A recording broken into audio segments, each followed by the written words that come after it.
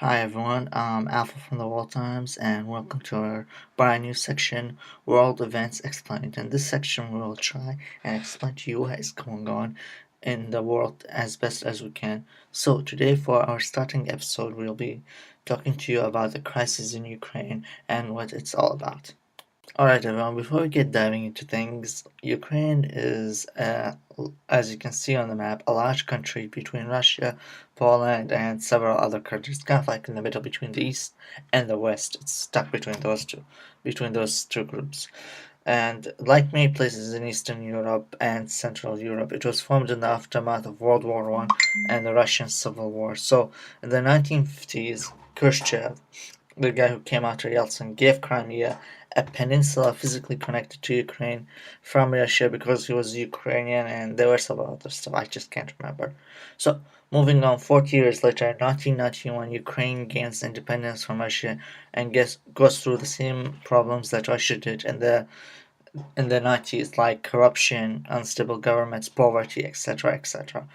So this corruption and things continue like this until the 90, uh, for most of the 1990s until 2000 when things got a bit better. Then in 2004 you had the Orange Revolution, which was like about who would win the presidential elections because like the opposition was complaining that there was massive fraud, intimidation, stuff like that between the pro-Moscow candidate and the other guys.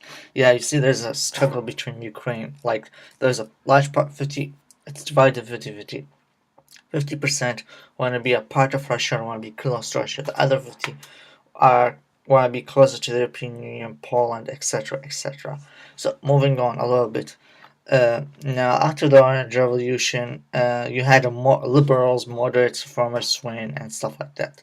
Things get a bit better. Then in 2010 election, I think, yeah, 2010 or 2011, I don't remember exactly. Yanukovych becomes president. So who is Yanukovych? Yanukovych is a pro-Russian candidate.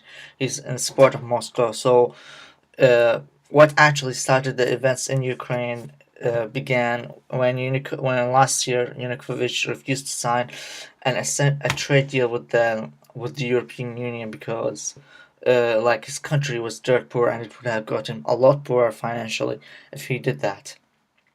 So that's basically what happened until the events of 2012. Now, that's really what set the stage for the medium protests.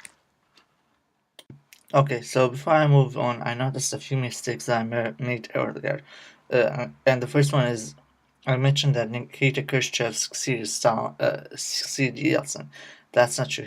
Actually succeeded Stalin. Yeltsin came like 40 years later in the 80s and in the 90s. He was president of Russia in the 1990s. Stalin, on the other hand, well, you know him, like he dominated the Soviet Union for like 20 or 30 years, from 1920, 20-ish to 1953, 54, around that time. So Khrushchev succeeded Stalin, not Yeltsin.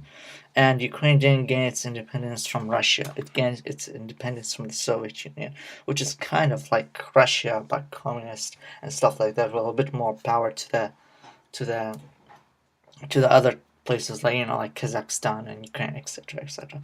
Thanks. Hope I didn't make you guys angry about that. The Ukrainian Revolution really began on December 17th of 2013 when Viktor Yanukovych didn't sign the accession agreement with the European Union. Instead, signed it with Russia. Instead, signed a trade deal with Russia that would bail out the Ukrainian economy because it was, well, as I said earlier, it was dirt poor, economically speaking. Why didn't Yanukovych sign the agreement with the European Union? Because it really didn't fit his country's financial needs. He needed a lot of money to continue to keep the economy going, so that's why he signed it. Now, what happened now the accession agreement that Yanukovych was supposed to sign with the European Union did provide money, but it was a lot with stricter conditions.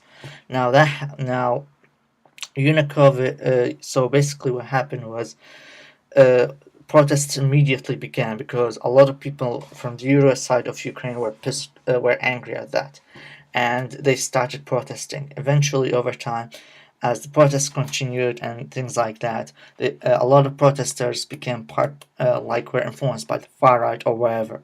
I don't really know. I just got like stuff from TV. So these guys, like, they start taking over local government buildings and forcing ministers in various places to resign. Yanukovych had the support of eastern Ukraine, so that was firmly in his hands. Now, moving on. So eventually, as January turns into February, there were several peace agreements between the protesters and Yanukovych, whereby he agreed to resign in exchange for early presidential elections that would take place in May of 2014, but that didn't happen. Yanukovych instead fled Ukraine. I don't know why. No one really knows why, because things are chaotic, and of course, you don't really know what these things happen. So moving on. So eventually, Yanukovych flees. A new Ukrainian government happens, and then we get a crisis in Crimea and eastern Ukraine as a whole, which I'll talk about that now.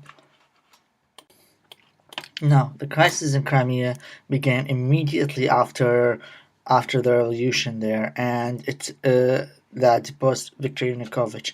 And what happened was pro-Russian forces or pro-Russian elements within the region, basically speaking, did what the Maidan protesters did, which was take over the local areas and establish your control by protest, civil disobedience, stuff like that. Eventually, by like the middle of March, they had total control of the area, and they declared independence around mid-March. I'm not sure about the timing here.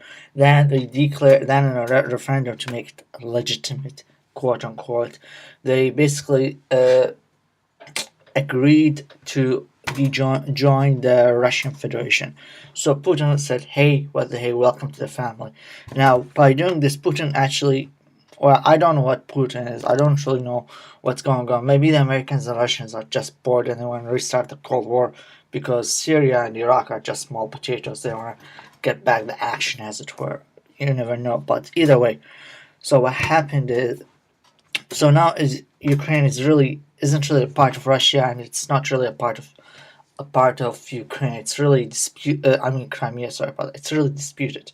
The Russians are saying, "Hey, those guys voted legitimately to join us." The Ukrainians are saying, "No, they're a part of our territory, and yes, Russia is illegally occupying them." So it's really in the middle, and the situation is only going to get worse, I predict, because lately with Obama, like, Obama's incompetent, weak, and all of that stuff. To be honest, I mean, his Syrian red line went nowhere.